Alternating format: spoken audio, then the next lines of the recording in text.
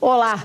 12 de outubro, além de ser feriado em comemoração à Santa Padroeira do Brasil, é Dia das Crianças. E por isso resolvemos debater no programa de hoje como a relação entre pais e filhos, desde a infância, pode levar no futuro um jovem para o caminho das drogas. Qual o papel dos pais? Como deve ser feita a prevenção dentro de casa? A partir de que idade drogas deve ser o assunto na conversa entre pais e filhos? Com a palavra, Jair Passos, psicoterapeuta e psicopedagogo, professor de Fundamentos da Educação da PUC Paraná. Cleusa Canã, psicóloga, especialista em dependência química, e Gladys Halushi, administradora de empresas, mãe de uma menina de 10 anos. E Consuelo Almeida Fernandes é psicóloga e mãe de uma menina de 9 anos.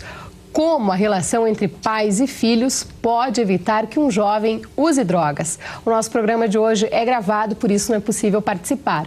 Mas você pode enviar sugestões de temas para o programa pelo nosso e-mail, com a palavra @rtve.pr.gov.br. Olá, sejam todos muito bem-vindos. Feliz Dia das Crianças, né? Porque adulto é sempre criança. Desde a infância já é possível prevenir o uso de drogas? Como que é possível fazer isso? Bom, Fabiola, eu penso que a prevenção de drogas, ela começa desde a gestação, desde a decisão em ser pai ou ser mãe.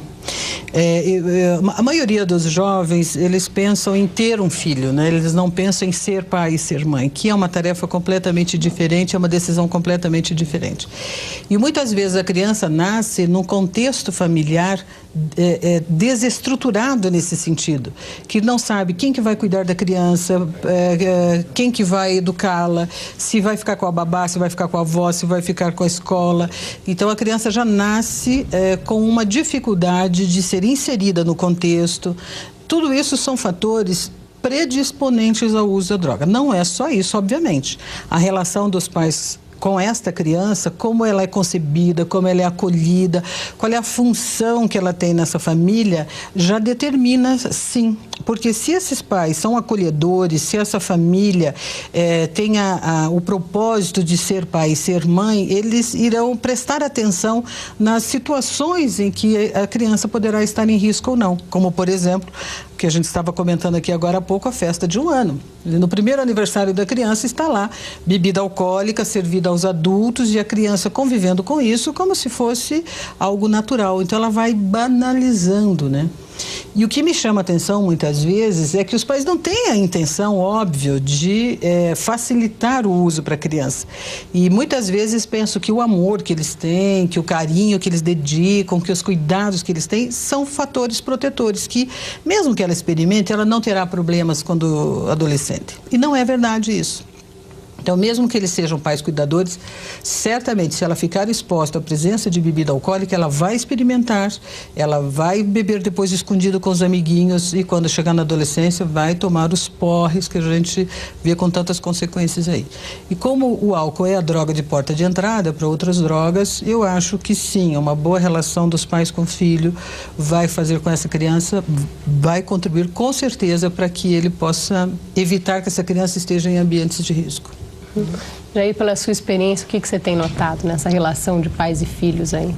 Também como educador, assim, eu percebo e concordo plenamente que tudo começa muito cedo, né? Eu costumo até apresentar para os meus alunos e em congresso de pais, na formação também de professores, até dividir o período do desenvolvimento. Quer dizer, o desenvolvimento começa, quer dizer, de 0 a 6 anos é uma fase muito importante. E a gente sabe que é nesse momento que você deve passar valores, quer dizer, aquilo que a criança experimenta dos 0 aos 6 anos, em termos emocionais, é muito significativo até para as escolhas e para os comportamentos futuros. Então, quando se faz uma limpeza de emoções, você sempre cai de 0 a 6 anos. Depois eu divido também mais 2 momentos, 7 a 14 anos, até por uma questão didática como professor, 7 a 14 anos a criança já está na escola. E aí começa uma nova fase que é de modelagem, que começa a copiar comportamento. comportamento. Se no início ela é bem auditiva, ela ouve bastante, então vale a pena falar, vale a pena conversar e explicar. A gente pensa assim, mas não entende. Entende sim, se você explica, se você diz. Então dá para começar muito cedo. Dos 7 aos 14, ele já vai ficar de olho, ele vai observar comportamento. Eu posso até aqui bater no peito e dizer, eu sou um dependente, porque experimentei a primeira vez na escola, com 11 anos, quer dizer, cigarro formalmente. Mas é lógico que o ambiente favorece, quer dizer, se eu tenho um pai que fuma, se eu tenho uma família, como as nossas famílias tradicionais regam as nossas festas com... Tem que ter a cerveja, tem que passar no supermercado antes, tem que reservar no carro. No meu tempo era o engradado da cerveja para descer para a praia, quer dizer, isso tudo, claro que vai influenciar, né? E depois eu percebo que a idade realmente, a faixa de idade que é interessante, que é muito forte, é 14 aos 21, que seria a socialização. E aí não adianta falar muito, não. Aí você educa pelo exemplo. Se o pai está com um copo de uísque na mão, o filho está saindo para a balada e diz, filho, cuidado com as drogas. Quer dizer, não é tanto o que você fala. E eu acho que 14 aos 21 tem que ser amigo do seu filho. Quer dizer, primeiro pai, depois amigo, não amigo e pai. Quer dizer. Então, nessa forma didática de ver, eu consigo, assim, talvez, pensar um pouquinho melhor também na educação das minhas filhas, né? Uhum. O que eu gostaria de acrescentar, eu concordo com o Jair, assim, que essas fases, elas são determinantes, né, nas escolhas que a pessoa irá fazer para a sua vida. E nessa de 0 a 6, que é a aquisição dos valores através do modelo... É a formação da personalidade da pessoa? Sim, é a formação. Tudo que ela está adquirindo de valores, de regras, enfim, de todas as questões que vão socializá-la, que vão prepará-la para a vida, acontece nessa etapa. Então, vamos imaginar uma criança que presencia o pai, né, bebendo uísque ali. O que ela registra? Não é o uísque. Às vezes, quando eu falo aqui, as pessoas podem pensar que nós estamos falando da bebida em si. E não é. A criança, nessa fase, ela registra a reação das pessoas ao beber. Né? Se a pessoa fica feliz, ela vai brindar, as pessoas brindam, né? Tchim-tchim, né? Com alegria, com entusiasmo. E é isso que fica registrado, né? Que a bebida irá proporcionar aquela alegria. O pai que está com o uísque ali relaxado, porque chegou cansado e tomou isso, ela registra esse estado de relaxamento. Uma pessoa que fuma, né? Que tem aquele gesto de glamour, né? Que ela registra isso. Então, não é a bebida que ela vai registrar, e sim o fato da pessoa estar bebendo e manifestando uma expressão de alegria e de bem-estar, que é o que normalmente as pessoas demonstram, né? A não ser, claro, quando tem pais dependentes, que ela vai estar presenciando cenas, né, de intoxicação, de briga, de violência, etc. Mas eu acho importante os pais prestarem atenção nisso, que só o cuidado e o amor que eles têm por essa criança não é suficiente. Eles têm que observar que tudo que eles estão fazendo irá influenciar as escolhas dessa criança, tudo. Nós estamos falando aqui a respeito de bebida, mas outros comportamentos, outras regras dentro de casa são fundamentais, porque vai nortear a vida dessa pessoa para o resto da vida. Agora eu queria ouvir de vocês duas, mães. É difícil criar filho hoje em dia, né? Porque a gente não quer errar, né? Como é que é o sentimento de mãe nessa hora com o que vocês já ouviram aí? A minha menina tem 10 anos e é Como uma é o nome vigília... dela? Iana. E é uma vigília, vamos dizer assim, constante, como a doutora Cleusa estava comentando. Sobre vários aspectos, a gente tem que estar sempre observando e comentando no dia a dia cada uma das situações. Não tem como você deixar a criança, seu filho, numa redoma de vidro, né, dizer que vai estar protegida. Não é fácil falar com a criança também sobre grandes acidentes, sobre tragédias que acontecem em determinadas famílias, filhos que assassinam pais, que assassinam avós por causa de drogas, tudo isso. Mas essa é a realidade. E em cima desses fatos, eu creio, e é assim que eu trabalho com a minha filha, eu procuro tirar o melhor e mostrar para ela o que não pode acontecer, o que não deve ser feito, mas sobre diversos aspectos, como a doutora Cleusa falou, é sobre uma condução moral, é quando você fala sobre ética, é quando você vê distorções na política, é quando então vamos tratar sobre drogas, sobre bebida, sobre comportamento, sobre até roupa, como é que uma menina tem que se vestir, né? Quando você vê uma sexualidade ou uma sensualidade, não sei, exacerbada. Então, vamos conversar. Antecipada, né? Tudo isso muito antecipado. Então, são em pequenos gestos. Na hora de você escolher uma roupinha para a menina, que você tem que dizer, minha filha, essa não ficou muito boa para você, não está bem. Vamos trocar por essa. E eu acho que é esse acompanhamento constante que a gente, como mãe, tem que ter. Não sei o que é, Consuelo. Pois é. Eu acho que algo que acontece, minha filha está com 9 anos, né? Então, eu percebo que as informações, né, chegam de todos os lados, né? Não só na escola, mas pela televisão, né? No próprio jornal que acontece na hora do almoço, né? Então, ali já aparecem coisas chocantes. E eu penso assim também, né? Que é preciso mostrar, né, o que acontece, que consequências aquilo, né, pode ter na vida, né? Agora, acho que é algo difícil, né, que você pergunta assim, né, do medo de errar, é essa questão do exemplo, né?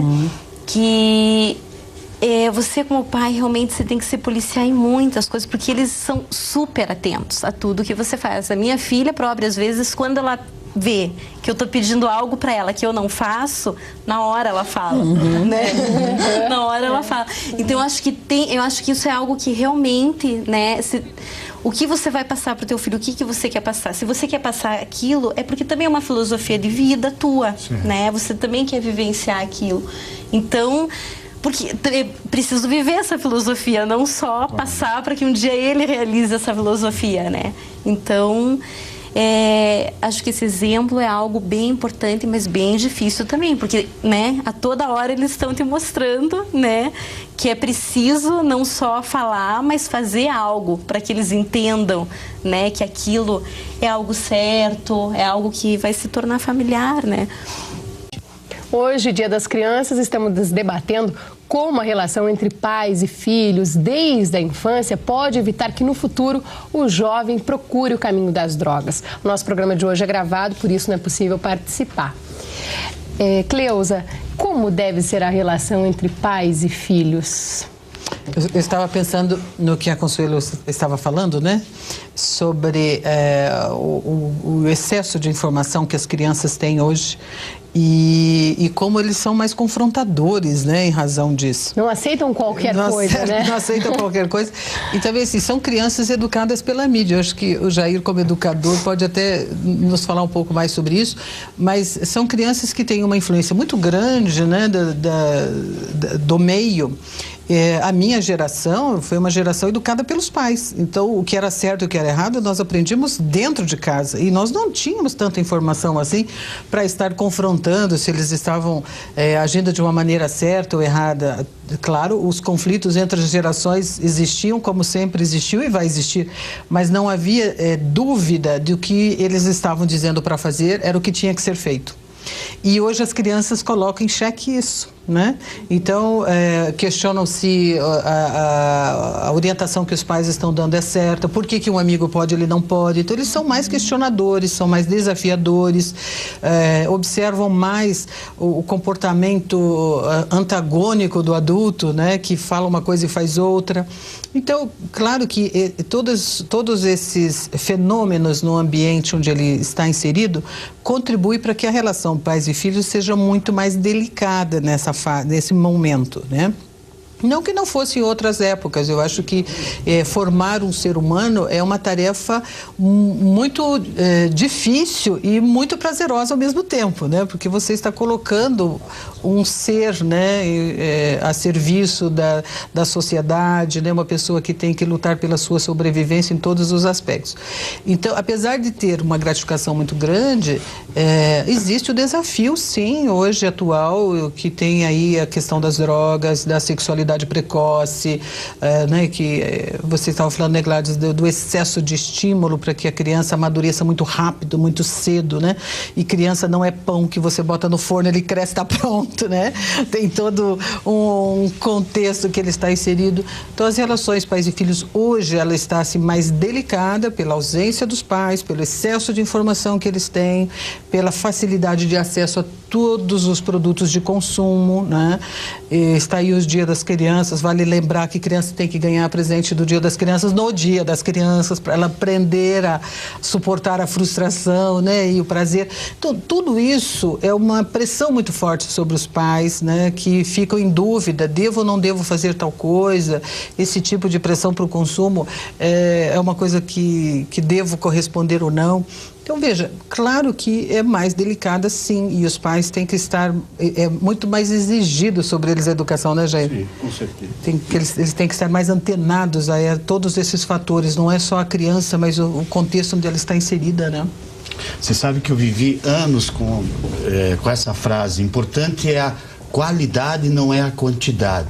Mas hoje eu estou convencido que é importante também a quantidade, quer dizer, você ficar com o teu filho, sobretudo nesse momento, como você bem falou, a quantidade de informação. A gente dizia antigamente, desliga a televisão ou desliga o computador, hoje não é possível.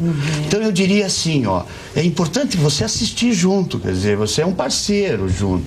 E a um certo momento, quando você não concorda com determinada coisa, manifestar a tua opinião, mesmo que ele diga que você é quadrado, que você está por fora, mas no fundo, a gente ouvindo o jovem, ele vai dizer, papai é contra, mamãe é contra, mas se você não fala, se você não diz, ele fica nessa relatividade aí e fica também perdido. Ele pode te xingar à vontade. Eu não sei se a sua experiência de consultório é essa, mas a grande vítima é o pai. Não sei se eu, quando for lá para cima, eu vou falar com ele no pai, vou ter uma conversa, porque a mãe bate, a mãe fala, a mãe diz, o pai, principalmente aqui, que nós somos de origem europeia, ele diz, qualquer dia eu pego esse piá, mas não pega. Ou quando pega, quase bate, quase espanca o menino ou a menina. Falar em menino e menina, tem diferença também, educação de menino e menina. Quer dizer, se a menina passa por certos dramas com relação à sexualidade, droga tem a ver com sexualidade, com certeza. Com certeza. Quer dizer, quando esse menino desponta aos 11, 12 anos, começa a viver sua sexualidade de forma diferente, eu não sei se ele vive de forma normal. Eu posso garantir, pelos relatos que eu tenho de homens da minha idade, que se fecham depois de uma certa idade e ainda manifestam uma certa imaturidade nesse aspecto e acabam explodindo ou na droga ou no sexo. Mas se ele tem uma estrutura familiar, tem um pai e tem uma mãe, então eu digo que a mulher, com todo respeito, né, eu sou aqui a minoria, mas dizem que a mulher fala mais que o homem. Graças a Deus, tem que continuar falando, porque o dia que a mãe parar de falar, ninguém mais vai falar. Quer dizer, talvez o traficante da esquina, talvez o outro amigo, né, que vai falar. Então o grande desafio talvez da educação é isso, quer dizer, dizer para o pai, para a mãe, fique junto, quer dizer, talvez tem que rever um pouco os valores familiares. Será que precisa os dois trabalharem o tempo todo? E quem educa sozinho sempre vai encontrar um tempo para ficar com esse filho? Eu diria assim, para ficar junto, até assistindo televisão, porque tem muita coisa boa para se ver, tem muita coisa boa no computador também, tem jogos que são estimulantes, né? Todos os jogos provocam isso, violência. Não é verdade, basta você acompanhar, você vê o que teu, jogar junto com ele, quer dizer, eu parece que estou revivendo isso com meu netinho, eu tenho um netinho de 4 anos, que é minha paixão, e daí até, provavelmente, as minhas filhas que devem estar vindo, dizem, mas às vezes com o neto é diferente. Eu até contei um episódio no intervalo aqui, antes, que foi agora brinquedo do dia, não do Dia das Crianças, do aniversário dele. Todo mundo esperava, e eu disse, vamos que o vô comprar. Disse, vô, vamos comprar? Vamos. E eu fui comprar. Elas em casa já esperavam que o vô ia trazer um brinquedo sofisticado, porque acham que eu vou dar tudo para ele. Mas eu não posso ser incoerente. E quando eu chego com um brinquedo só, num valor razoável, elas disseram, não acredito. Quer dizer, e foi isso que aconteceu. E como que aconteceu? Não quero ser exemplo aqui, conversando, quer dizer, o que o pai tem que fazer? Conversa, né? Que muitos pais se sentem culpados por não estar com o filho o dia inteiro, daí o filho pede um brinquedo, O pai logo dá. O pai logo dá, não tem isso? Tem. Eu quero frisar uma coisa que o Jair falou, muito importante. E lembrar assim, toda pessoa tem pai e mãe. Toda pessoa tem pai e mãe. Mas nem toda pessoa tem pai e mãe que exerce a função materna e função paterna. Então, o problema não está na figura do pai e da mãe, mas na função que ele exerce. E o Jair descreveu belíssimamente o que é uma função paterna. Né? Esse cuidado, esse prestar atenção, esse estar junto. Como é que você vai saber se mudou algum comportamento no seu filho se você não sabe nem o que ele comeu na hora do almoço? Então, se você não presta atenção às pequenas coisas do dia a dia, como escovar os dentes, que alimento ele mais gosta ou não gosta, que programas de televisão, que desenho ele gosta de assistir, se é adequado para ele ou não, que programa, né, ele navega ali pela internet, o que ele está vendo, né? Então, como é que você vai saber os interesses do seu filho se você não está junto dele? E é isso mesmo, hoje as pesquisas todas mostram que quantidade de tempo é o grande resgate dos valores da família, está em trazer novamente a família a ficar junto. E aí, quando eu atendo em consultório dependentes químicos, o primeiro item assim que eu observo é essa ausência. Né? Eles não conseguem viajar juntos porque dá briga, dá confusão, cada um tem um gosto, cada um quer ir para o lugar, não conseguem almoçar juntos ou fazer uma refeição juntos, porque se ficarem vai ter discussão, vai ter briga, então cada um vai para o seu quarto, um vai para a sala, outro para a cozinha. Então, proporcionar à família, quer dizer, fazer a família voltar a conviver, ter momentos juntos para fazer coisas prazerosas, é um primeiro passo para a recuperação do dependente químico. E aí a gente vê que desde a infância isso acontece. Como é que é essa relação do tempo com os seus filhos? Eu, por exemplo, gostaria de citar, na minha casa tem uma televisão. A minha filha não tem e eu não pretendo que ela tenha televisão no quarto, justamente para que não tenha essa separação. Então eu vou assistir jornal, ela vai assistir o desenho, eu quero estar junto, eu quero estar participando. Nós vamos ter que aprender, ela também vai ter que exercitar, vamos dividir o horário da televisão. Eu quero assistir um noticiário e depois eu assisto contigo um filme ou um desenho. Então, passa por esses momentos de você estar presente, sim, o tempo todo. É importante essa negociação, né? Do crescimento da criança. Até porque ele pode tornar-se um ditadorzinho em casa, né? Só o programa dele, só a hora dele, não é verdade? Dorme a hora que quer, come a hora que quer, assiste o programa que quer e os pais ficam ali a serviço do rei, né? Então...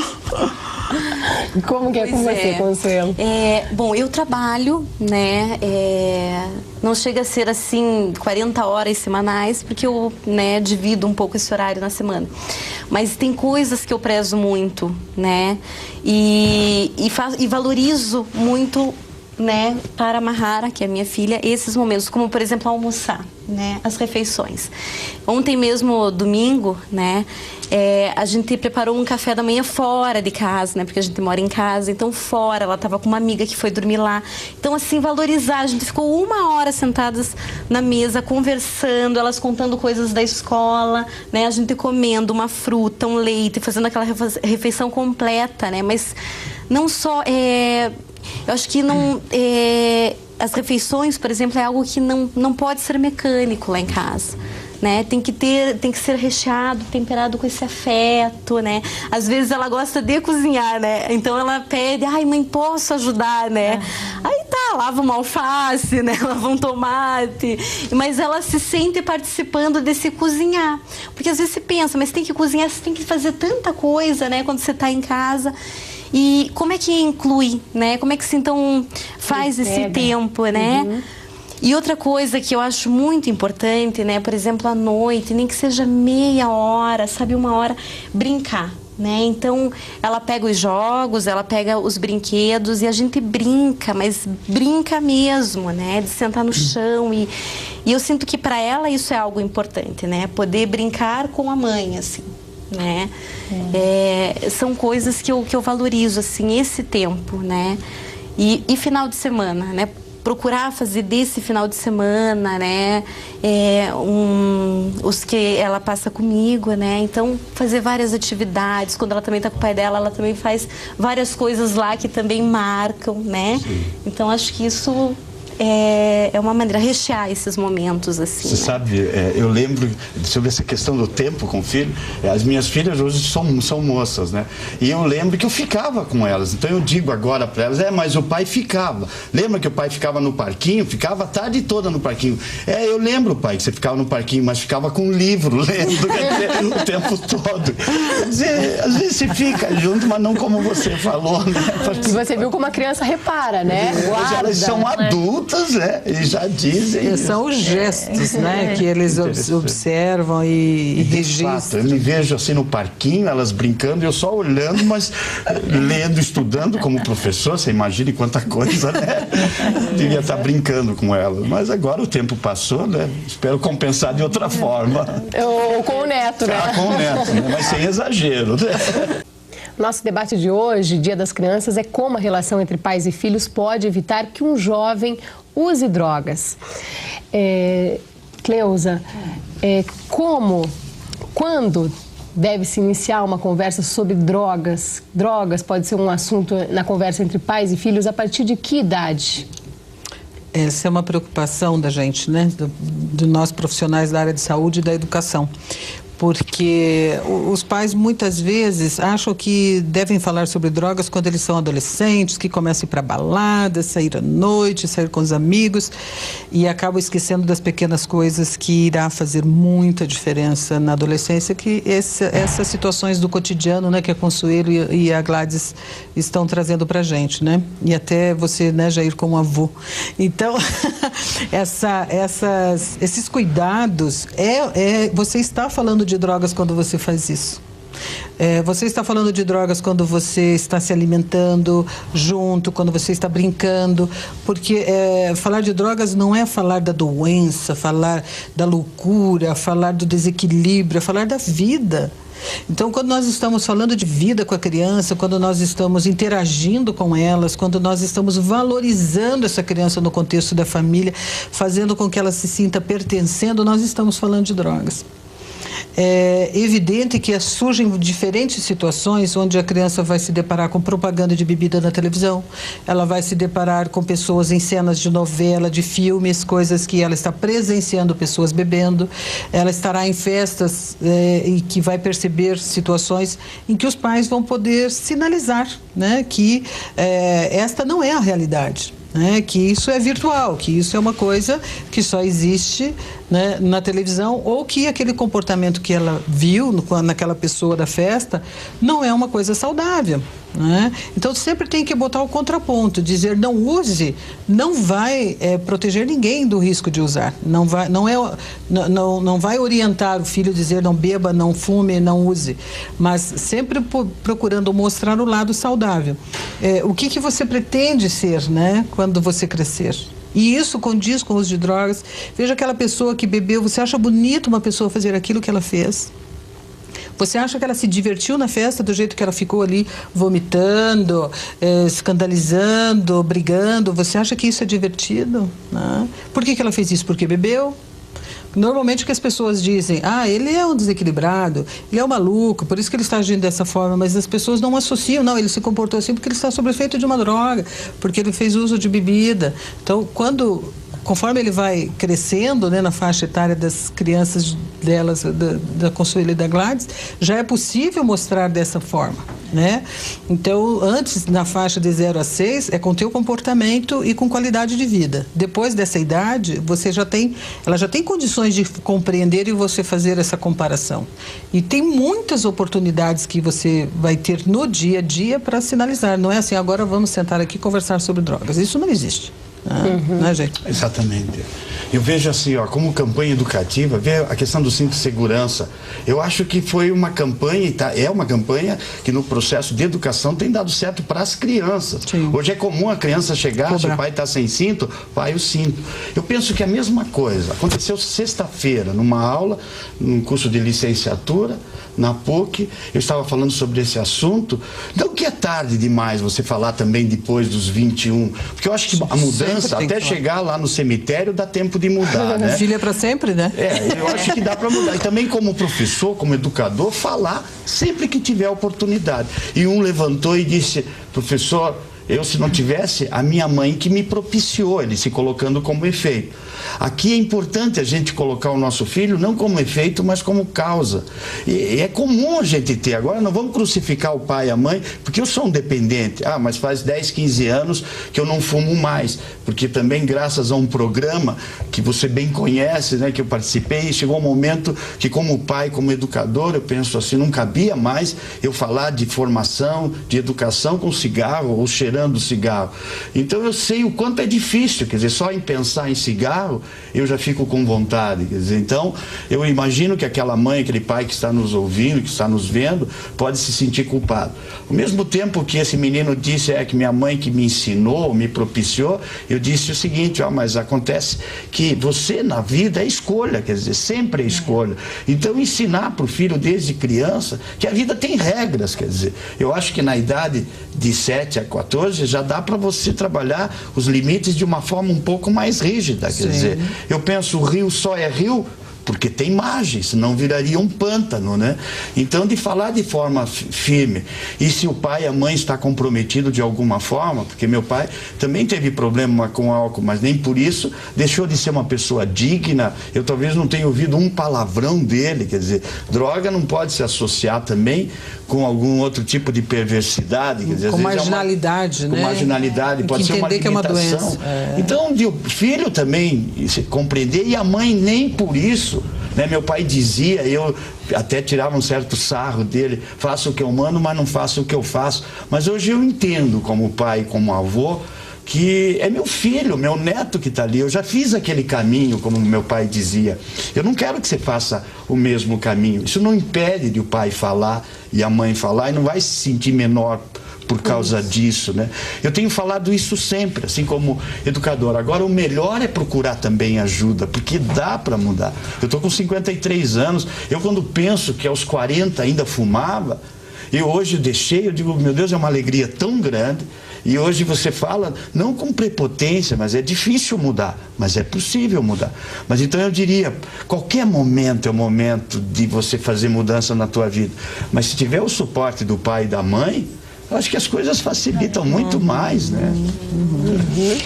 E essa visão, né, que a família deve ter de que se o pai fuma ou bebe e se trata, ele também está passando uma mensagem muito positiva. Positiva, isso. Né, de que você pode ter problemas, mas você está se dando a oportunidade de recuperar-se, de tratar-se, passar, informar, né, o adolescente, ele já tem condições de entender que isso é uma doença, que não é um comportamento marginal, que a pessoa que faz uso de bebida, muitas vezes, hoje é possível que em cada família exista ou um alcoolista ou dependente de outras drogas, né? Então tem muitas oportunidades de se mostrar que é uma doença, que é possível tratar-se, né? Que é possível ter recuperação, e a pessoa quando sai de um tratamento, ela sai muito fortalecida, né? E muito mais enriquecida como ser humano para seguir adiante, né? A gente vê pessoas em recuperação que estão tendo filhos, construindo a sua família, trabalhando, né? Com uma dignidade, com uma capacidade, né? de realização,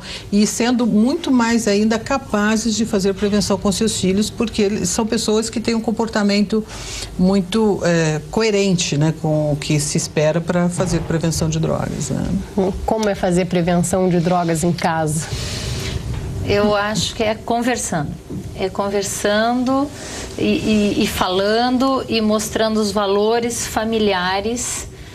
Eu creio muito no dia a dia a demonstração de valores. Para você fixar isso, você mostrar para a criança o caminho correto nas mais diversas áreas, desde de um comportamento com um coleguinha em sala de aula, você pegar um lápis e devolver, você conversar, a maneira com que você conversa com o professor. A criança não pode ser arrogante ou intempestiva com o professor. Você tem que ter respeito, você tem que ter regra. Eu creio muito em regras, como o professor já esteve conversando sobre isso. Você tem que colocar limites na criança, e ela tem que entender que a mãe e o pai são responsáveis por ela, sim, e eles são os melhores referenciais. E a gente serve como exemplo, né? Sempre. Não é fácil, né? É uma tarefa fácil, né? Não é uma tarefa fácil mesmo. Porque os pais se perdem nessa questão do limite? Eu acho que em alguns momentos, né, os filhos jogam muito também, né, para ver até onde você testam, né, se você vai realmente bancar aquele limite ou não.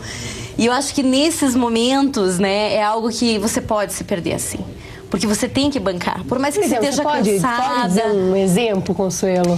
Por exemplo, a minha filha, nossa, tem tantos exemplos desses que eu poderia citar.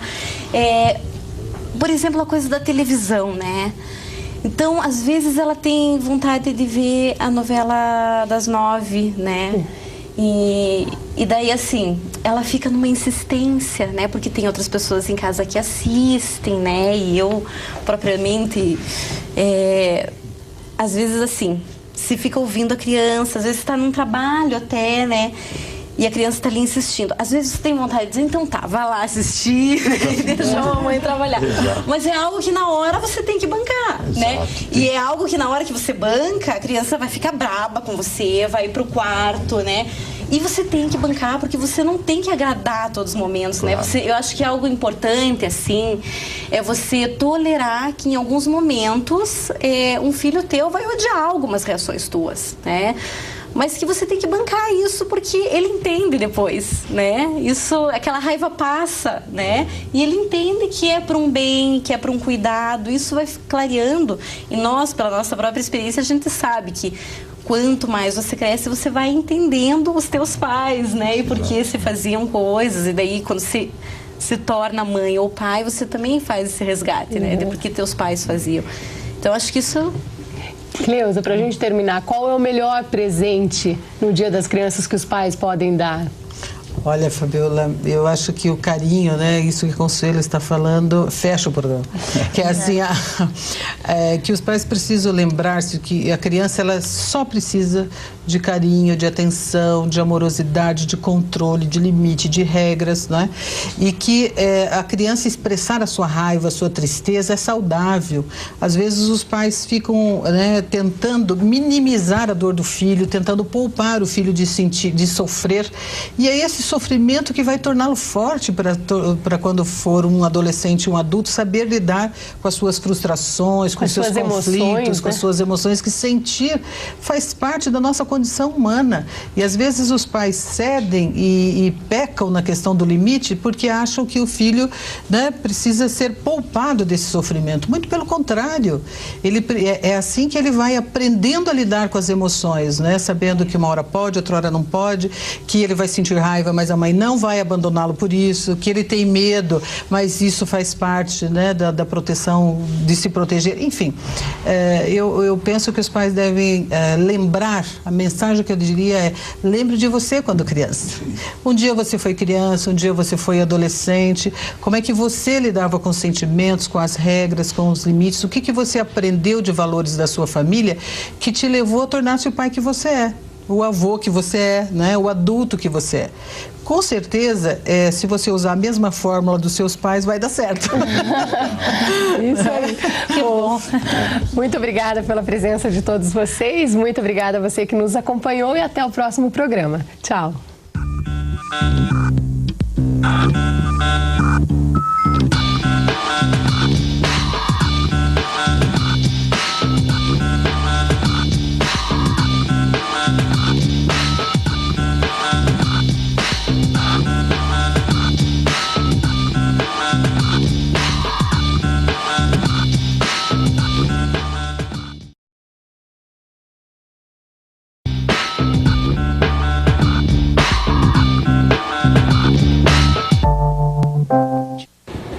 Olá!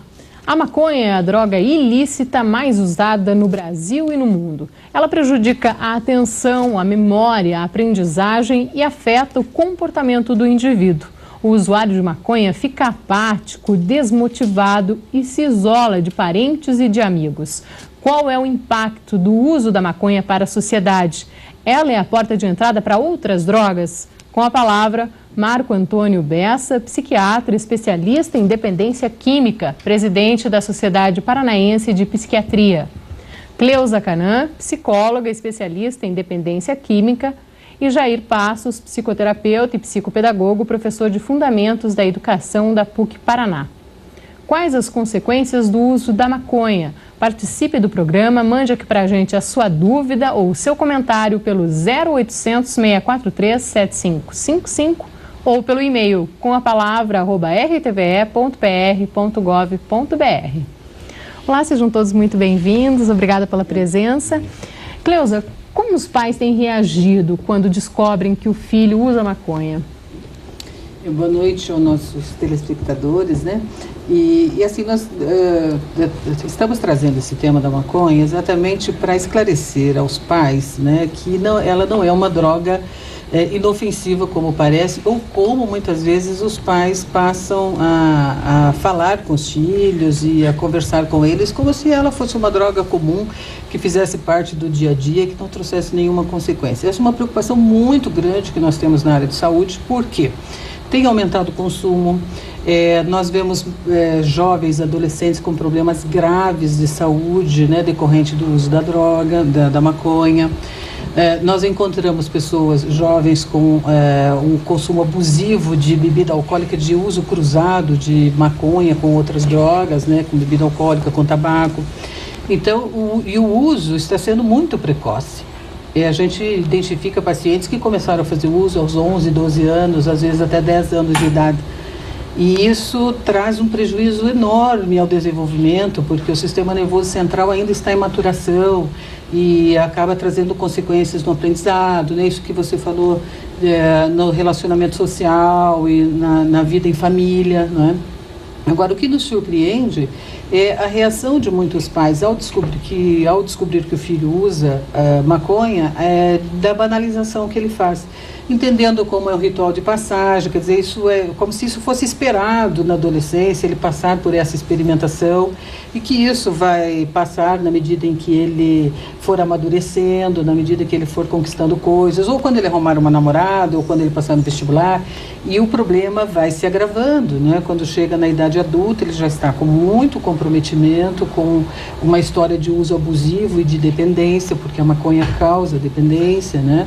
Então, nos preocupa estes pais que banalizam o consumo e que ignoram a gravidade do problema, né?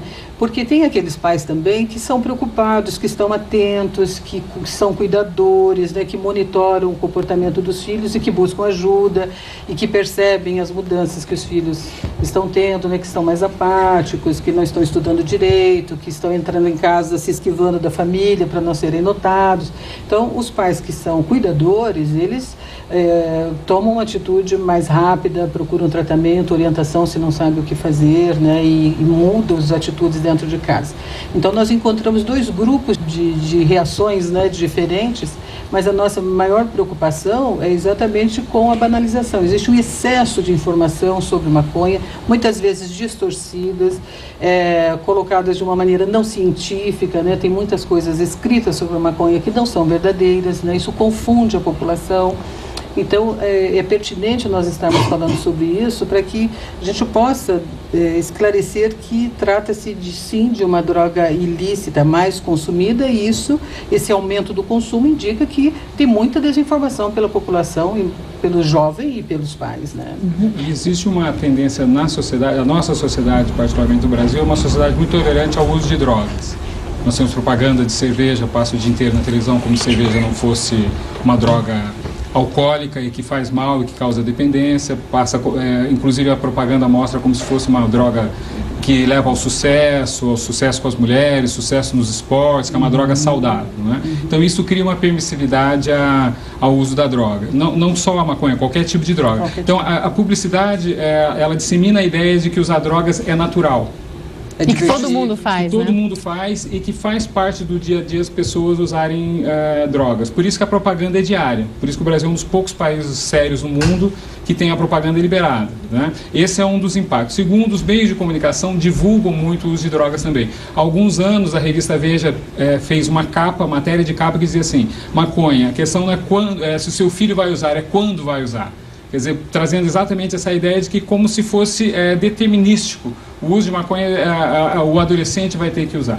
os meios de comunicação há muitos anos de certa forma, glamourizam o uso de maconha, na época da contracultura, a ideia equivocada como se a maconha estimulasse a criatividade, a pessoa ficasse mais sensível, mais criativa, mais produtiva, quando é exatamente o contrário, né? Claro que nós temos que fazer ressalvas que depende da idade que a pessoa começou a usar, a quantidade, a frequência, mas, de modo geral, o problema principal é essa ideia da banalização do uso de drogas, como se ela fosse natural, como se todo mundo usa, como se fosse necessário e que aquele que não usa é o errado, é o diferente, né? No Brasil nós temos uma certa inversão de valores, né, professor? O aluno que estuda muito é mal visto, né? Ele não é valorizado, ele é mal visto, ele fica excluído do grupo. E aquele que não usa droga também é visto como esquisito, né? Quer dizer, é exatamente que deveria ser o contrário, né? Então, são questões muito sérias no Brasil, em toda a sociedade. Então, a questão como a Cleusa estava falando dos pais, mas é pior do que só com os pais, né? Porque é, de modo geral, em relação à sociedade. Eu lembro de um exemplo, que é a questão de, talvez 10 anos, no máximo, no Rio de Janeiro, eu nem me lembro quem era o governador, resolveu que a polícia ia combater o uso de maconha nas praias. E a população começava a apitar para avisar os usuários que a polícia estava chegando, né? Quer dizer, essa é uma visão totalmente distorcida, né? Essa ideia de que a polícia sempre está errada e que a população é vítima. Não é verdade, né? Fumar maconha em qualquer lugar é ilegal. Então, um dos primeiros comportamentos que aparece no jovem ou na criança quando ele começa a fumar maconha, ele começa a mentir. Ele vai se sofisticando em formas de burlar, de enganar as pessoas, de como dissimular o comportamento. E doutor, como reverter esse comportamento social? A sociedade tem que ter controle, por exemplo, sobre a publicidade. Quem determina a política de drogas no Brasil hoje é a publicidade. Por exemplo, no caso do álcool, é a indústria do álcool. Né? Essa é uma inversão brutal. Né? Por que não existe propaganda de arma de fogo na televisão? E por que se permite, por exemplo, que se faça cerveja? Cerveja na mão de um jovem é tão perigosa quanto uma arma de fogo. É só nós vermos as estatísticas, por exemplo, dos acidentes de automóvel agora nos feriados de final de ano. Grande parte deles associados ao consumo de álcool. Jovens que se afogam nas praias, que têm acidentes na praia, mergulham, fraturam cervical, geralmente brigas, violência é associada ao uso de álcool. E a maconha vem depois, porque é a droga ilícita mais usada. Então, a sociedade tem que tomar o controle disso, né? E existe uma reação muito forte dos publicitários e do meio de comunicação em relação a isso. O governo já não aprovou o que era para aprovar agora, a limitação do horário de propaganda. O governo recuou, o governo federal. Tomaram uma medida que é paliativa, que pode ter um certo efeito, que é proibida vender bebida alcoólica nas estradas. Né? Já é um bom começo, mas as medidas mais efetivas, a sociedade não tem tido força para isso. Professor. Então, talvez aqui entra o papel da família, né? Porque você veja, na nossa geração, nós tínhamos 3 grandes pilares, que é a igreja, a família e a escola, né? Então, agora nós temos a escola, quer dizer, tem a escola e os pais como parceiros nessa luta, né? Que deveria ser já na primeira infância uma educação. E como educador, você percebe, quer dizer, o pessoal com essa banalização da maconha, mas não tem problema, é visível na sala de aula, quer dizer, só quem não quer ver, imagina em casa.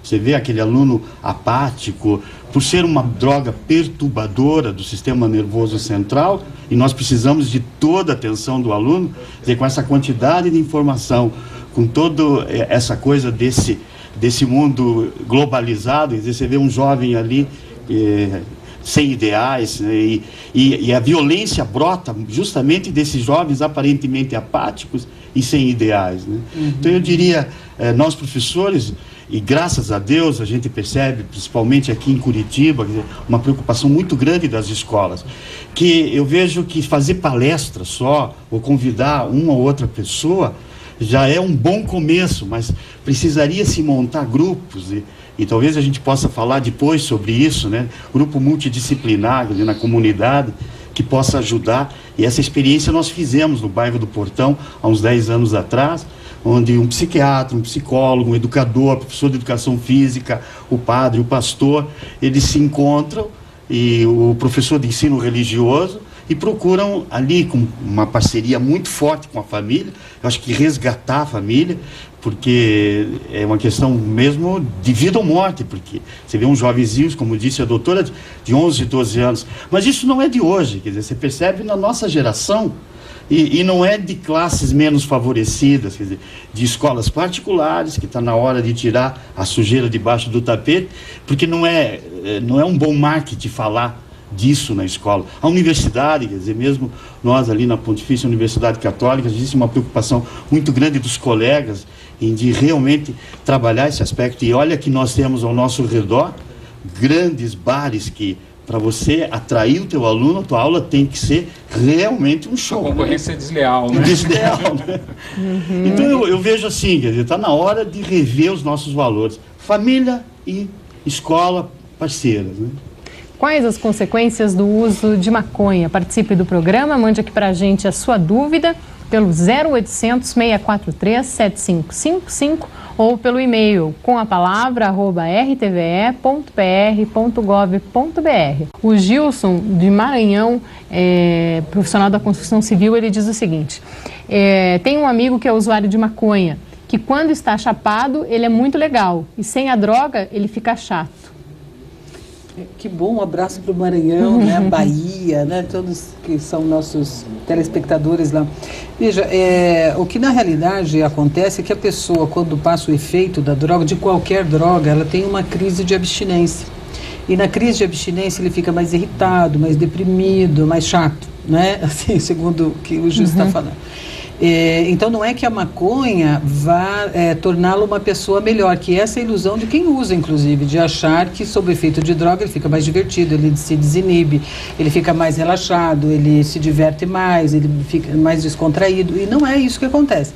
Como ele faz uso da droga, passado o efeito, ele entra numa crise de abstinência. O que ele faz? Ele usa de novo para diminuir aquele desprazer da falta. E isso ele vai se adaptando à normalidade, né? Mas você pode ter o contrário também. Você pode ter a pessoa, por exemplo, que é muito tímido ou tem fobia social e que daí vai procurar... O caso de fobia social e álcool é muito forte, essa associação. Então a pessoa tem dificuldade de relacionamento social, então ela bebe para ficar mais relaxada, mais tranquila, e com o tempo ela acaba desenvolvendo a dependência por causa disso. E a maconha, ela realmente provoca um efeito relaxante. O usuário de maconha ri mesmo, fica com riso bobo, né? Ri à toa, é um dos bons indicativos a gente vê os jovens que estão sob efeito, né? Quando começa aquela risada sem sentido, acha graça em tudo, a conversa sem muito objetivo, sem muito nexo e rindo à toa, né? Então pode realmente acontecer com a pessoa, né? Tanto isso que a Cleusa disse, depois do efeito ficar mais chato, menos... Mas também pode ser uma pessoa que tem um problema de dificuldade de comunicação e que usa a droga para tentar compensar esse comportamento. Mas é visível a alteração de comportamento, né? Dentro do ponto de vista do relacionamento, você não tem uma pessoa verdadeira ali junto com você. Então aquele casal que usa, quer dizer, você tem ali um ser que ele mostra aquilo que realmente ele não é. Sem a droga, ele entra realmente naquela sua situação terrível e ele se depara consigo mesmo, né? Ou seja, passado o efeito, né, todos os problemas, né, a timidez volta e às vezes volta pior, porque ele tem que lidar com a timidez e ainda com os efeitos que a droga produziu, né? Isso que o Dr. Bessa está falando, é importante a gente comentar,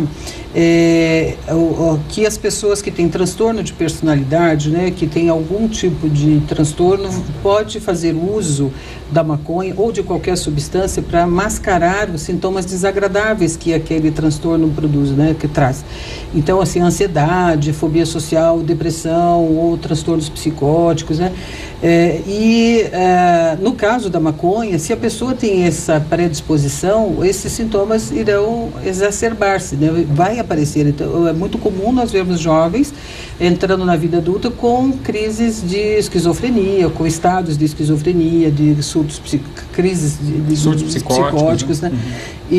Então é importante lembrar o poder de ação que a maconha tem, né? Ela pode causar essa sensação de relaxamento, de divertir-se, mas tem todo o outro comprometimento que aí a pessoa vai se tornando cada vez mais incapacitada para as relações sociais, para as outras coisas. E outro dado importante é que se fala muito que maconha é natural, que não faz mal, faz menos mal que cigarro. O adolescente vem muito com esse discurso e é completamente errada essa informação. Maconha faz mais mal do que cigarro.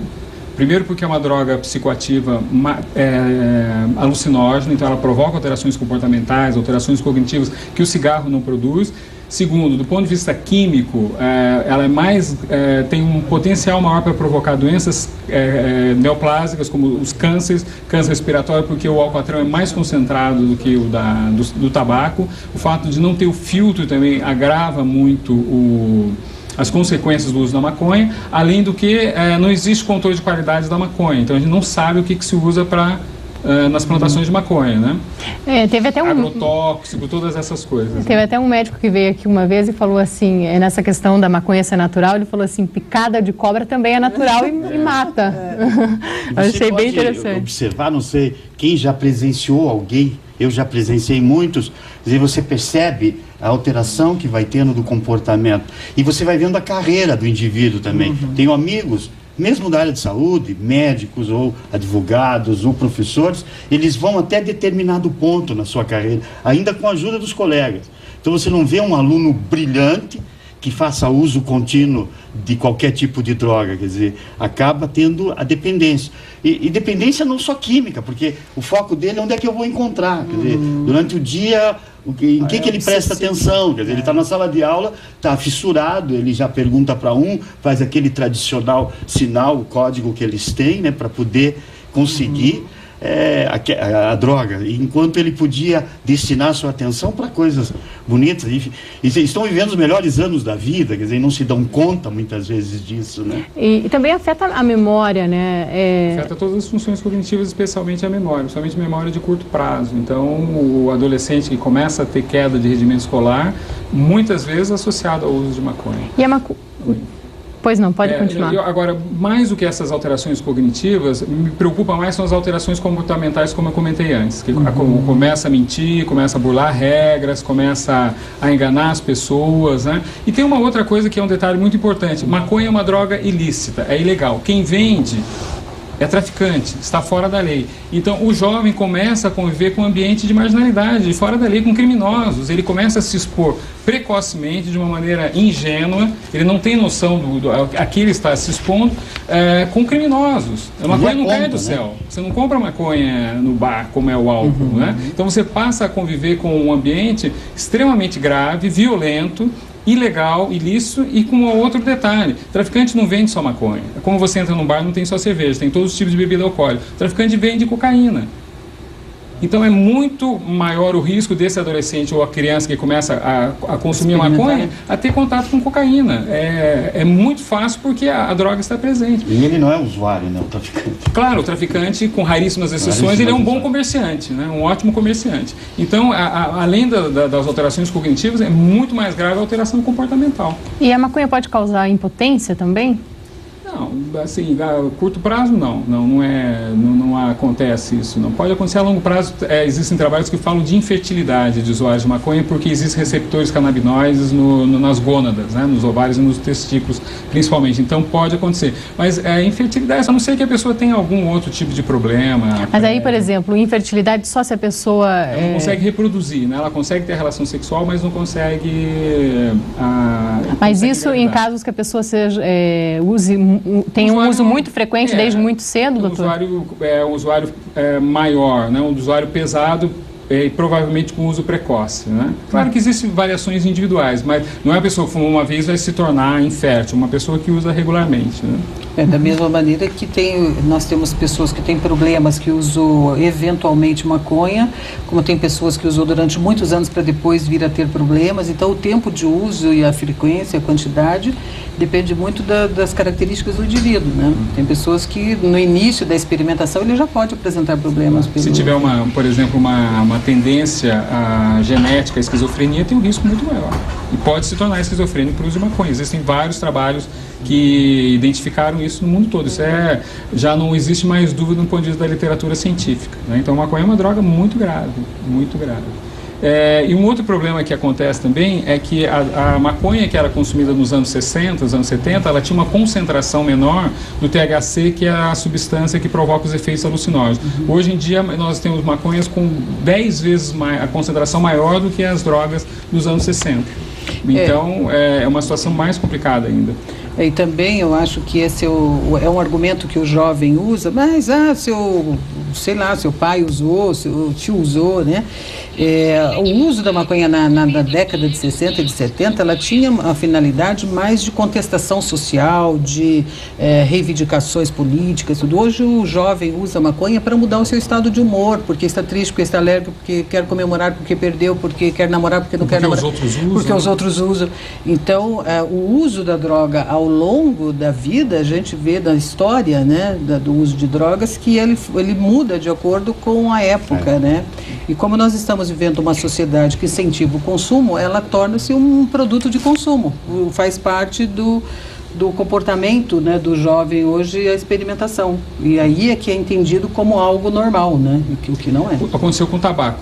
Até a década de 50, o tabaco era visto como uma droga chique, elegante, glamurosa, todos os artistas fumavam, apareciam nos filmes e todo mundo achava que era uma droga inofensiva. A partir dos anos 50, os trabalhos científicos começaram a mostrar que o tabaco é uma droga extremamente prejudicial à saúde, provoca câncer, etc, etc. Hoje isso mudou completamente. Nos Estados Unidos, o tabaco está totalmente banido do convívio social. As pessoas têm muita dificuldade de consumir o tabaco. Com a maconha acontece uma situação muito parecida. Ainda se tem essa visão que a maconha é uma droga bacana, legal, que não causa malefícios, mas os trabalhos têm paulatinamente mostrado que é uma droga muito semelhante ao tabaco, né? Causa os mesmos tipos de problema, com o agravante de ser uma droga alucinógena. Então é uma questão de tempo. Daqui a algum tempo a sociedade vai perceber que a maconha é tão maléfica quanto o tabaco. O risco de câncer de pulmão é o mesmo do tabaco, doutor? Maior. Um cigarro de maconha, ele aumenta em 4 a 5 vezes o risco de doenças cancerígenas em relação ao tabaco. Então a pessoa precisa fumar 5 cigarros para ter o mesmo potencial de um baseado. E tem gente que além de fumar maconha faz receita, faz bolo com maconha. E um outro dado, que é muito raro nós encontrarmos usuários de maconha que só usem maconha. Em geral são tabagistas também, além de usarem outras drogas. Mas é muito raro você encontrar o consumidor de maconha que só use maconha. Geralmente é um tabagista pesado também. Então a associação das duas drogas, evidentemente que o resultado é bem complicado, né? Na sala, professor, é fácil distinguir o aluno que é usuário de maconha? Com certeza, pela alteração de humor. Quer dizer, quando ele não está sob efeito. E também você percebe na fisiologia, ou na postura, quer dizer, no olhar, na forma de te abordar. Ele fica muito na abstração. Você precisa de um estado de concentração. Então você vê ele sentado, ele é muito dependente do grupo. Até o modo de se vestir, quer dizer, eu estou vendo dados assim muito evidentes, quer dizer, ele está... Inclusive você chega a encontrar muitas vezes junto com os objetos, quer dizer, é aquele pai ou aquele professor que não quer ver, porque são muito evidentes as informações que eles nos passam. E o que o professor deve fazer? Eu acredito que primeiro se preparar bem, porque uma abordagem nesse sentido, quer dizer, pode ser muito delicada. E realmente fazer aquele escândalo todo não vai ajudar. Então eu acho que em primeiro lugar buscar informação, se informar, se preparar. Hoje existem cursos, mesmo na PUC, de pós-graduação nessa área, e está na hora do professor também buscar mais informações, o professor e o pai, porque às vezes começa a fazer certos escândalos que não levam a nada. Então o que deve fazer? Eu diria o seguinte, quer dizer, provocar uma conversa, mas conversa com quem? Com alguém na escola que esteja preparado, o psicólogo, o psicopedagogo, deve ser encaminhado. O que não dá é para você fazer de conta que não existe. Tampar o sol com a peneira. E é isso que tem acontecido, vamos falar sério, quer dizer, eu não sei lidar com isso, eu acho que eu tenho que dar só o conteúdo, e hoje não dá para você discutir mais o que é papel da família, o que é papel do pai, da mãe, porque também as famílias estão passando por uma crise muito grande. Então eu vejo que eu fui buscar também a psicopedagogia, fui fazer esse curso também de dependências químicas e emocionais, e mesmo assim posso estar convivendo com essa droga, porque eles são também muito espertos, quer dizer, o adolescente e hoje o jovem também, eles são muito espertos. Então você precisa se preparar nesse sentido. A conversa franca, olho no olho, isso que o professor às vezes tem uma certa resistência de fazer. E acho que uma coisa importante é que quando se fala de identificar e de perceber, não é uma questão de estigmatizar e condenar o adolescente. É mostrar, você poder proteger esse adolescente dos riscos que muitas vezes ele não tem noção do que ele está correndo ao usar maconha. Então não é uma questão de condenação, mas é uma questão de proteção. Ou de exclusão, né? Tirar isso, da sala, de excluir, de afastar, mas de identificar para você permitir que a saída não é excluir, é você aproximar. Né? Então, por isso que uma coisa importante é que todas as escolas tivessem um programa de prevenção ao uso de drogas e o que fazer quando identifica o usuário, porque as escolas também não sabem. Né? Como os pais não sabem. Vamos expulsar, vamos condenar, então não é isso, né? É saber o que fazer, e essa é uma discussão que precisa ser feita. E não fazer pacto também com o jovem, com o adolescente. Daí você às vezes quer ser aquele professor bonzinho e não tem que escolher a disciplina, esse é um papel do professor de educação física, esse é o papel do professor de ética ou de filosofia, não. Todos estão no mesmo... Isso é um problema da sociedade. Problema da sociedade, um problema nosso, né? Quais as consequências do uso de maconha? Participe do programa, mande aqui pra gente a sua dúvida ou o seu comentário pelo 0800 643 7555 ou pelo e-mail do programa. No debate hoje, o uso da maconha. Quais as consequências dessa droga? Participe do programa, mande aqui pra gente a sua pergunta pelo 0800 643 7555 ou pelo e-mail com a palavra @rtve.pr.gov.br. O Ademilson, de Minas Gerais, funcionário público, ele pergunta o seguinte: eu também trabalho com usuários de drogas. Qual a opinião sobre os órgãos do governo que auxiliam os dependentes e trabalham com a política antidrogas, os conselhos? Esses órgãos realmente funcionam? Um abraço para Minas, meu estado natural, né? Veja, eu acho que os conselhos municipais, os conselhos estaduais, é uma referência para a comunidade para organizar serviços, né? Para organizar programas de prevenção. Então, o que nós temos visto que a prevenção que mais funciona é a prevenção comunitária.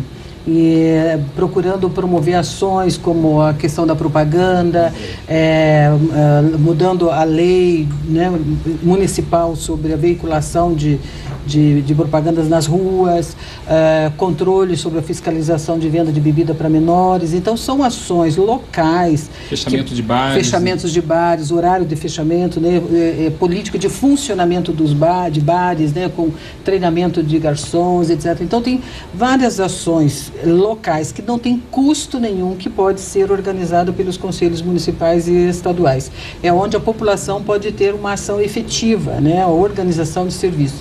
Então, eles funcionam se a sociedade participa, se ela cobra, se ela exige, porque quem faz a política somos nós, não é o governante que está lá, não é o prefeito, o vereador. Então, se a sociedade se organiza e faz uma pressão política sobre o seu governante, né, local, ele vai adotar medidas de controle social do uso do álcool e, consequentemente, diminui o uso social de outras drogas também. Mas, de modo geral, tem funcionado muito pouco no Brasil. Mas, de modo geral, não funciona. Curitiba, por exemplo, é um exemplo, né? Por isso nós não temos um conselho municipal ativo, né, com tudo que se fala de Curitiba como uma cidade bem organizada, bem avançada, né? Talvez esses conselhos, como existe dentro do hospital a questão da infecção hospitalar, que tem comissão de controle, eu acho que a comunidade pode, como nós já fizemos uma experiência, de ter membros da comunidade e cobrar dos órgãos também alguma coisa. Por isso que é importante os pais participarem. Eu vejo a escola ali como um ponto, né, interessante hoje, que não é polêmico, talvez até algumas igrejas, mas aí já entra num aspecto delicado. A escola tem esse papel, talvez, de articular a sociedade e cobrar também alguma posição. Acho que especificamente em relação aos jovens, a escola, mas existem uma série de outras instituições que podem participar. Os sindicatos, por exemplo. Exatamente. Sindicatos, associações igrejas, de moradores, igrejas, clubes, todas as instituições podem. Aqui no Paraná, nós fizemos um decreto, né, para retirada da propaganda de bebida nas vias públicas. Então, em todo o estado não tem propaganda de bebida nas vias públicas, né?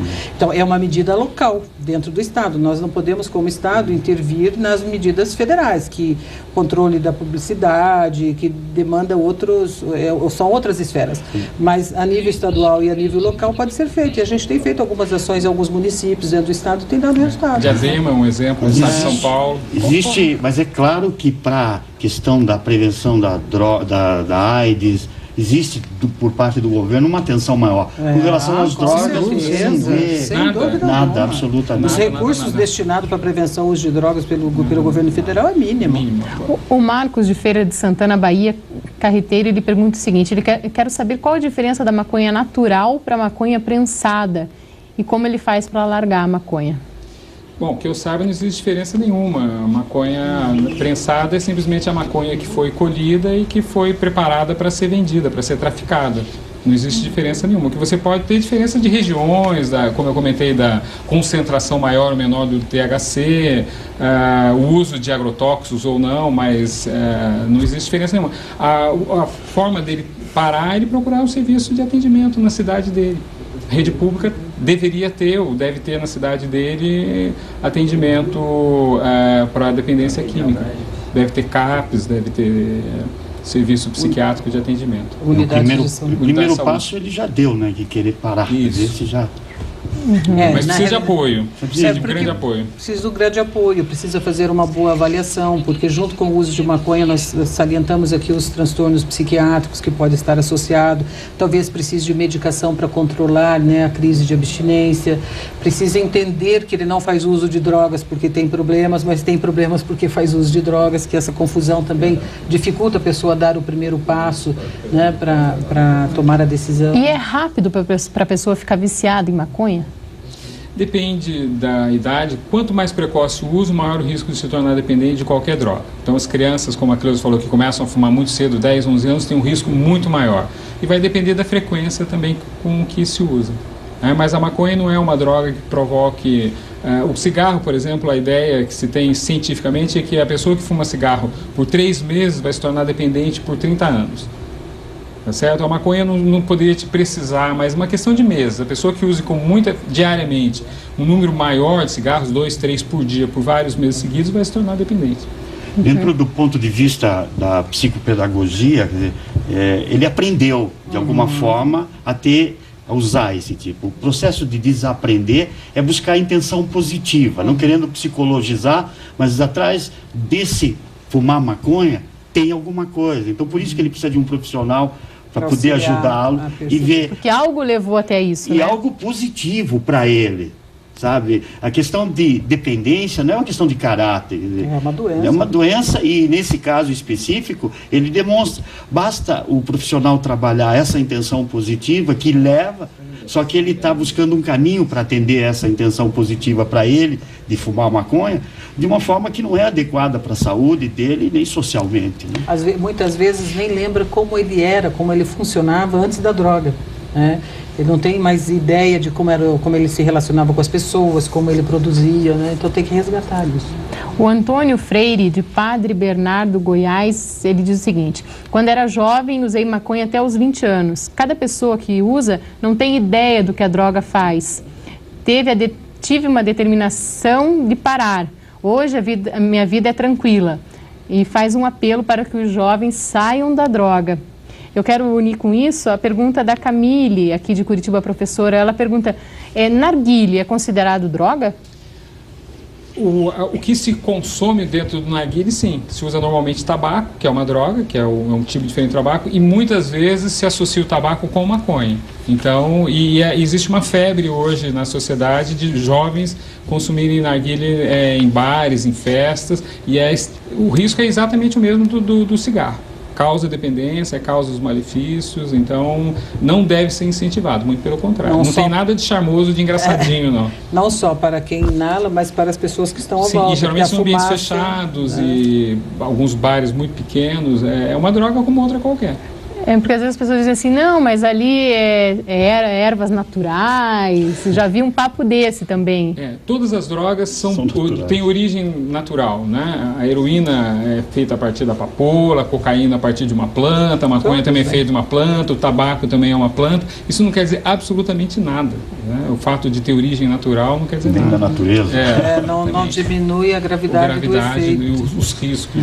O Michael Figueiredo, de Aurora, Ceará, ele perguntou, não sei se talvez você saiba, Cleusa, com quantos habitantes uma cidade pode implementar um CAPS para alcoólatras e drogados? Acima de 200 mil. O CAPS desse, se não me engano, é acima de 200 mil. Uma cidade com mais de 200 mil habitantes. A Mel, de Curitiba, professora, ela diz assim, por que a justiça não faz alguma coisa para tirar as novelas do ar? Pois as mesmas ensinam somente coisas ruins. Como fazer para que a TV não influencie tanto?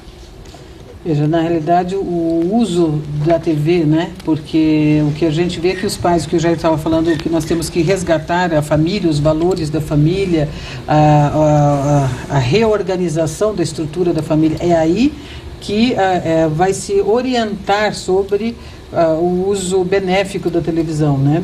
Agora, nós estávamos falando sobre a publicidade, que tem aquela explícita, né, de propaganda de cerveja mesmo, incentivando o consumo, associando a diversão, e aquelas que estão implícitas, né, nas novelas, em todos os programas de televisão, existe alguma pessoa ou fumando, ou bebendo, né, e fazendo essa associação.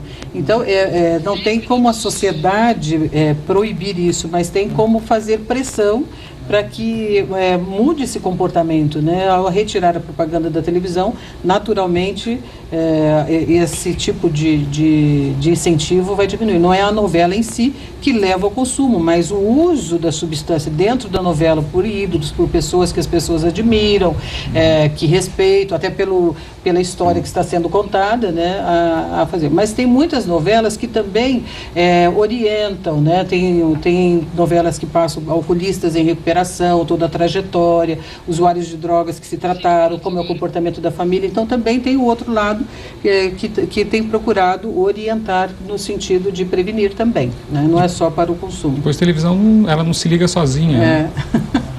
Uhum. Alguém tem que expõe a criança lá. Claro, né? E outra técnica que ajuda muito é os pais discutirem com os filhos o conteúdo que está aparecendo ali na televisão. Que está vendo, Mesmo que eles possam chamá-los de careta, quer dizer, em algum momento dizer, pô, eu não concordo com isso. Mas que besteira aquela cena ali, né? Mas depois ela vai pensar, papai não concorda, mamãe não concorda.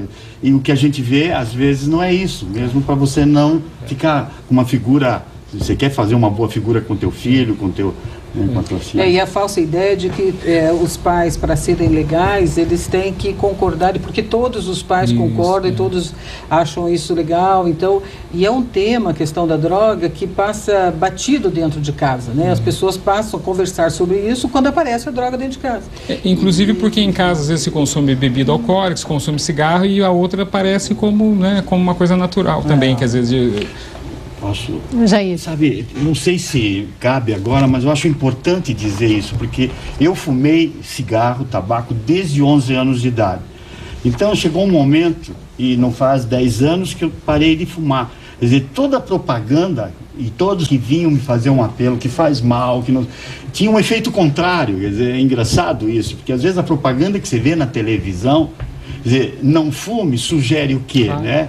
Não beba, ou faz mal para isso, faz mal para aquilo, ela tem um efeito contrário. E às vezes, desculpe, até é ruim falar isso no meio de comunicação, mas quem sabe não é patrocinado, às vezes, para aqueles que querem que o jovem, sabe, se corrompa, porque quando eu não quero chamar atenção para determinado tema, eu simplesmente não falo. Eu gostaria de voltar àquele jovem que quer deixar da maconha. Eu penso assim, você não vai ficar sem vontade. Eu só falando do cigarro eu tenho vontade. Mas aqui dentro aconteceu alguma coisa, daí você me pergunta o quê? Resgatar os valores. Quando você olha para o final da tua vida e olha para a vida que você está levando hoje, o dia todo atrás, de quê? Qual que é teu objetivo? Resgatar teus sonhos. Eu não quero ser muito poeta aqui e romântico, mas só os sonhos, projeto de vida, essas coisas que vai ajudar, né? A Sueli, aqui de Curitiba, dona de casa, ela diz assim... Ela quer saber se o cérebro dos viciados tem um número reduzido de receptores de serotonina, por isso eles buscam as drogas. Não é que tem um número reduzido. O que acontece é que todas as drogas agem numa área específica do sistema nervoso central chamado sistema de recompensa. E essas drogas liberam uma quantidade maior de dopamina nesse sistema de recompensa e a dopamina associada à sensação de prazer. Então, essa pessoa fica com necessidade de ter repetir aquela sensação de prazer. Não tem a ver com a serotonina, mas especificamente com a dopamina. O Ricardo de Ilhéus, Bahia, auxiliar de escritório, ele pergunta por que a maconha abre o apetite da fome? Porque cada droga age em várias áreas do sistema nervoso. E a maconha age especificamente em receptores que abrem o apetite. Se não me engano, os receptores histamínicos que abrem o apetite. Então, depende de cada droga. Algumas aumentam o apetite, outras inibem, mas é uma ação puramente farmacológica. Eu costumo dizer assim, quando as pessoas perguntam, fumar maconha é menos nocivo do que fumar crack? Eu digo, bom, é uma escolha de você ser atropelado por um ônibus ou por um caminhão, né? Porque o prejuízo só vai mudar a área do cérebro que vai prejudicar, mas todos irão trazer danos graves, né, ao funcionamento geral da pessoa, cognitivo, social, afetivo. Pode até não trazer danos especificamente, mas aumenta muito o risco de ter. Esse é o grande problema. Para jovem, a noção que eles precisam perceber é isso, que é o risco. Não quer dizer que necessariamente vai ter, mas aumenta muito o risco. Você dirigir um carro a 200 km por hora, é um risco muito maior de você ter um acidente se você estiver dirigindo a 60. Você está dirigindo o carro, né? Então, o jovem que usa droga, ele está no carro a 200 por hora o tempo todo. Então, ele tem um risco muito maior de ter problema. Essa é que é a questão, que a ideia que se passa é que a maconha não traz risco, e não é verdade. Ele pode não necessariamente ficar viciado, independente, mas ele tem riscos, por exemplo, eu comentei de conviver com traficantes, de ser preso uma hora porque ele está usando drogas, de ter um impacto grande na carreira acadêmica dele, no aprendizado. Isso vai ter correspondências depois, consequências depois na vida profissional, na vida familiar. Então, essas noções que o jovem não tem, porque o grande problema é que quando o jovem, ele não tem muita perspectiva de futuro. A ideia do jovem é hoje, ou imediato, agora. Então ele está muito preocupado com o prazer. E um outro problema é que todas as drogas trazem prazer. Então essa que é a questão. E a publicidade associa prazer ao uso de drogas. Então o jovem não aprende que ele pode ter prazer sem precisar de drogas. Ele pode ter prazer sem usar drogas, mas a publicidade não deixa. E aí vem essa ideia de que a droga é necessária, é banalizada e faz parte do dia a dia. A Francisca, que é médica de Curitiba, ela diz assim: fui aluna do professor Jair na 8ª série. Foi o melhor professor que eu já tive. Ele não mudou nada em 20 anos. Foi um prazer enorme vê-lo aqui na TV. Hoje sou médica e aprendi muito com ele. Aí um recado da sua ex-aluna. Muito obrigada pela presença de vocês. Muito obrigada a você que nos acompanhou. Amanhã a gente tem um segundo programa sobre quando é hora de fazer check-up. Não perca. Eu espero você às 7h10. Até lá. Tchau.